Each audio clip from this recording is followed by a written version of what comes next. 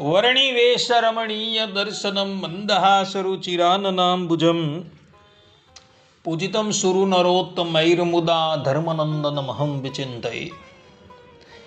असतो मा षट्गमय तमसो मा ज्योतिर्गमय मृत्युर्मा अमृतं गमयः। ओम शान्तिः शान्तिः शान्तिः। अस्मद्गुरुसमारम्भां नाथयामुनमध्यमां लक्ष्मीवल्लभपर्यन्तां वन्दे गुरुपरम्परा। આજની જ્ઞાન સભાની અંદર પધારનારા બધા જ ભગવદ્ ભક્તોને વેદાંતાચાર્ય, પુરાણ ઇતિહાસ આચાર્ય, એમએ ફિલોસોફી શાસ્ત્રી રાકેશભાઈના હેતપૂર્વક જય સ્વામિનારાયણ. અમારા પરમ મિત્ર વલ્લભ સંપ્રદાયના શ્રી કલ્પેશભાઈએ અમને પ્રશ્ન કર્યો કે શાસ્ત્રીજી, ઘરમાં કે દેવાલયમાં કૂતરા આદિક પ્રાણી પ્રવેશે તો કઈ દુર્ગતિ, તેનું શું પ્રાયશ્ચિત કરવું, એ વિષય પર આપ થોડો પ્રકાશ કરો તો ઘણું સારું. કારણ કે આજે તો ઘરની અંદર, દેવાલયની અંદર પણ કેટલાક સ્થાનો પર કૂતરાઓ છે, બિલાડાઓ છે ઇત્યાદિક પ્રવેશતા જોવા મળે છે. તો એ સંબંધમાં શાસ્ત્રોનો શું નિર્ણય છે એ કૃપા કરીને આપ અમને કહો. સર્વપ્રથમ આપણે બધા કલ્પેશભાઈએ જે અમને પ્રશ્ન કરેલો છે તે પ્રમાણે ઘર શબ્દનો અને મંદિર શબ્દનો અર્થ શું થાય એના પર વિચાર કરીએ. તો ઘર એટલે કે ગૃહ શબ્દની વ્યુત્પત્તિ કરતા વૈયાકરણીઓ કહે છે કે ગૃહ્યતે અત્ર ઇતિ ગૃહ્યમ, અર્થાત કે જેમાં જીવને આશ્રય મળે તેને ગૃહ અર્થાત કે ઘર કહેવામાં આવે છે. મંદિર શબ્દની વ્યુત્પત્તિ કરતા વૈયાકરણીઓ કહે છે કે મંદમ કરોતિ મનઃ દુઃખમ નાશયતિ ઇતિ મંદિરમ, અર્થાત કે જ્યાં મનની ચંચળતા શાંત થાય અને દુઃખ નાશ પામે તેને મંદિર કહેવાય. બીજી પણ એક વ્યુત્પત્તિ કરતા વૈયાકરણીઓ કહે છે કે મંદતે અત્ર દેવઃ ઇતિ મંદિરમ, અર્થાત કે જ્યાં ભગવાન પ્રસન્ન થાય અને પ્રસન્ન થઈને નિવાસ કરે તે સ્થાનને મંદિર કહેવામાં આવે છે. આ પ્રમાણે મંદિર શબ્દનો અર્થ અને ઘર શબ્દ એટલે કે ગૃહ શબ્દનો અર્થ વૈયાકરણીઓએ કરેલો જોવા મળે છે. હવે મંદિર છે, ઘર છે, એની અંદર કૂતરા છે, મરઘા છે, બિલાડા છે ઇત્યાદિ પ્રવેશે તો એને અર્થે કયું પ્રાયશ્ચિત કરવું એના પર વિચાર કરીએ.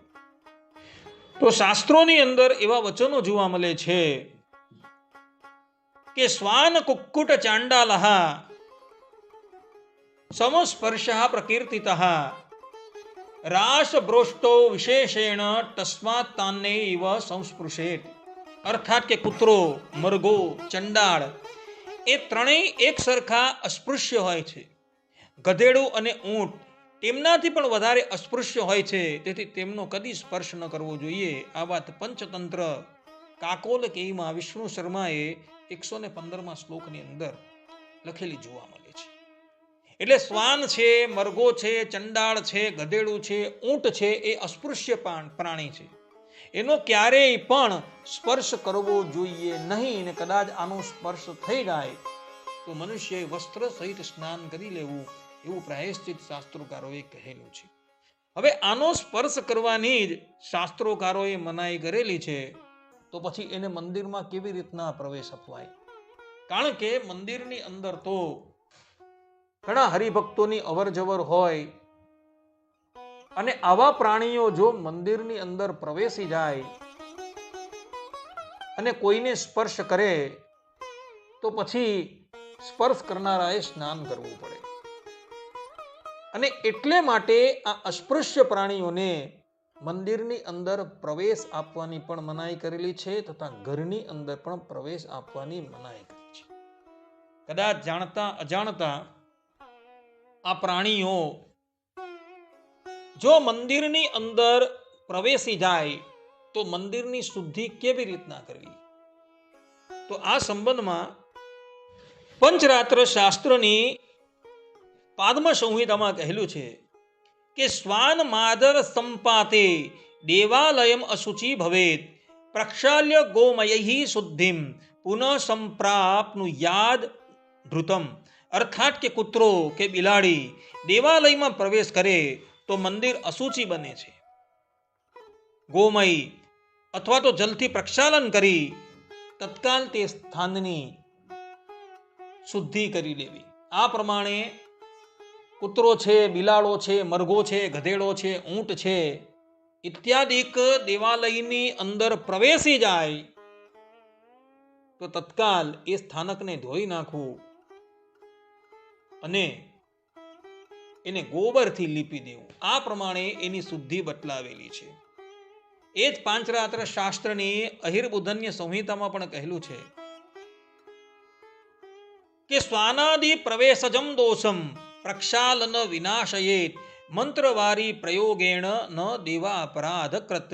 અર્થાત કે કૂતરા વગેરેના પ્રવેશથી ઉત્પન્ન થયેલો દોષ પ્રક્ષાલન તથા મંત્રપૂર્વકના જળથી નાશ પામે છે. આ દેવનો અપરાધ ગણાતો નથી. જે સ્થાન પર કૂતરા છે, બિલાડી છે ઇત્યાદિકનો પ્રવેશ થયો હોય તો એ સ્થાનને સાફ કરી નાખવાનું અને સાફ કરતા એનો જે દોષ છે એ નાશ પામે છે અને એને લઈને દેવતાનો અપરાધ થતો નથી. આ પ્રમાણે અહિર્બુધન્ય સંહિતાની અંદર કહેલું છે. સ્કંદ પુરાણ વૈષ્ણવ ખંડમાં કાર્તિક સ્વામી કહે છે કે સ્વાનાદિ ગમને દોષ સ્થલજ સંપ્રકીર્તિત શુદ્ધિ સ્યાદ પંચગવ્યેન ન ભક્તસ્ય પતનમ ભવેત. અર્થાત કે કૂતરા વગેરેના પ્રવેશથી જે દોષ થાય છે તે સ્થળ સંબંધી છે. પંચગવ્યથી શુદ્ધિ થાય છે. ભક્તને તેનું પાપ લાગતું નથી.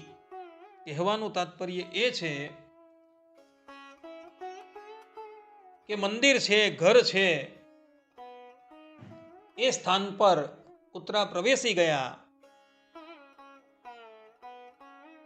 તો એ સ્થળ સંબંધી દોષ છે, પરંતુ એનાથી ભક્તને કોઈ પાપ લાગતું નથી.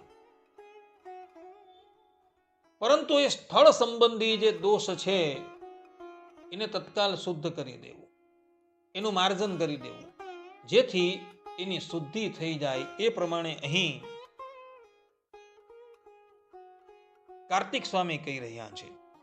ગરુડ પુરાણમાં શ્રીમદ નારાયણ ભગવાન કહે છે કે ગૃહે સ્વાન પ્રવેશસ્તુ ન પાપાય નરાધિપ શૌચ માત્રેણ શુદ્ધિ સ્યાત શંકા નૈવ કરાબુદૈહિ. અર્થાત કે ઘરમાં કૂતરો પ્રવેશે તે પાપ નથી, સામાન્ય સ્વચ્છતાથી શુદ્ધિ થાય છે, તેમાં બુદ્ધિમાનોએ શંકા કરવી નહીં. ઘરની અંદર કદાચ કૂતરો પ્રવેશી જાય તો એ સ્થાનકને શુદ્ધ કરી દેવું. જો કોઈ મનુષ્યનો સ્પર્શ એને થઈ જાય તો એને સ્નાન કરી દેવું, પરંતુ એનાથી એ ઘર જે છે એ અશુદ્ધ થતો નથી. માટે બુદ્ધિમાનોએ એ સંબંધમાં કોઈ શંકા કરવી નહીં. નરસિંહ પુરાણમાં 17મા અધ્યાયમાં ભગવાન વેદવ્યાસજી લખે છે કે અજ્ઞાનજમ ન પાપમ સ્યાત દોષ શૌચેન નશ્યતિ દુર્ગતિર્નૈવ દ્રષ્ટા સ્યાત ભક્તાનામ હરિસન્નિધૌ. અર્થાત કે અજ્ઞાનથી થયેલું કાર્ય પાપ નથી, શુદ્ધિથી તે દોષ નાશ પામે છે. માટે હરિભક્તોની કોઈ દુર્ગતિ થતી નથી. માટે કદાચ કૂતરાનો સ્પર્શ થઈ જાય, કૂતરો ઘરમાં આવી જાય તો પછી સ્નાન કરી લેવું અને કૂતરો જો ઘરમાં આવેલો હોય તો એ જગ્યાને ઓછા દ્વારા સાફ કરી દેવી. આ પ્રમાણેની શુદ્ધિનું વિધાન બતલાવવામાં આવેલું છે.